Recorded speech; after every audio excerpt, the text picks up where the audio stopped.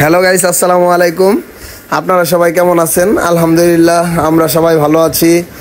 আপনাদের পূর্বের ভিডিওতে আমরা দেখিয়েছিলাম আমরা ঢাকা থেকে কিভাবে কক্সবাজার রেলওয়ে স্টেশনে এসে পৌঁছেছিলাম রেলে। তারপর রেলওয়ে স্টেশন থেকে আমরা বিচে এসেছিলাম।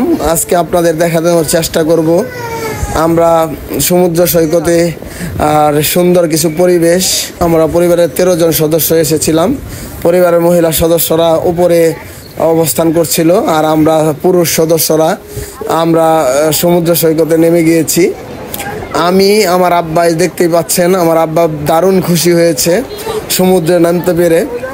আমার ছোট ভাই নাইম, ছোট ভাই জাকারিয়া, আমার সন্তান শাহরিয়ার হক সিনান সহ আমরা সকল পুরুষ সদস্যই সমুদ্রে নেমেছি গোসল করার উদ্দেশ্যে। আমরা একটা টিউব নিয়েছি, হাওয়া ভরা টিউব, যেটা পানিতে ডুবে না। 1 ঘন্টার জন্য নিয়েছিলাম, কিন্তু আসলে আমরা 3 ঘন্টায়ও শেষ করতে পারি নাই। আমাদের সকলেরই খুবই ভালো লাগছিল, সবাই খুবই উদযাপন করছিল সমুদ্রের ঢেউগুলা। সমুদ্র ছিল উত্তাল, দুপুরের সময় থাকায় সমুদ্র ছিল দারুণ উত্তাল। আমরা আসলে ভুলে গিয়েছিলাম যে আমরা আসলে প্রায় 3 ঘন্টার মতো সমুদ্রে লাফালাফি করেছি।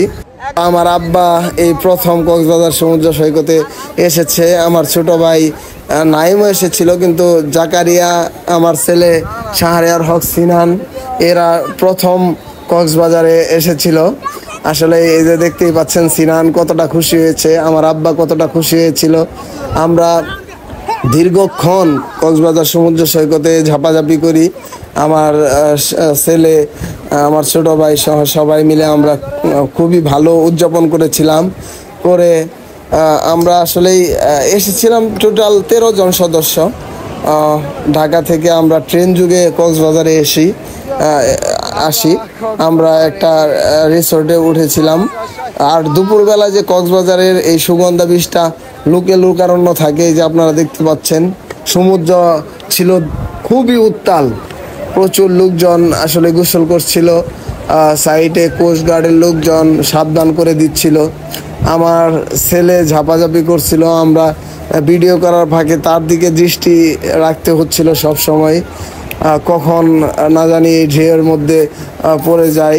যার কারণে আমি, আমার ছোট ভাই নাইম, জাকারিয়া সহ সবাই তাকে নিয়ে খুবই চিন্তিত ছিলাম, কারণ একাই দৌড়িয়ে পানির ভিতরে যাচ্ছিল। আমরা সবাইকে অনুরোধ করব, আসলে যারা সন্তানকে নিয়ে আসবেন তারা অবশ্যই সন্তানদের দিকে খেয়াল রাখবেন, কারণ ঢেউয়ের সাথে পায়ের নিচ থেকে কিন্তু বালি সরে যায়। ওই ঢেউয়ের টানে কিন্তু আসলে সমুদ্রে চলে যাওয়ার একটা ভয় থাকে। তো আমাদের গোসল শেষ। এখন আমরা ওই যে আমাদের পরিবারের মহিলা সদস্যদেরকে খুঁজতেছি।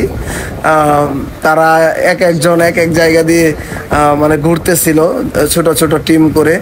আসলে বড় পরিবার মিলে যদি কক্সবাজার যাওয়া হয়, এটা সত্যিই অনেক সুন্দর চমৎকার একটা অনুভূতি আপনারা পাবেন।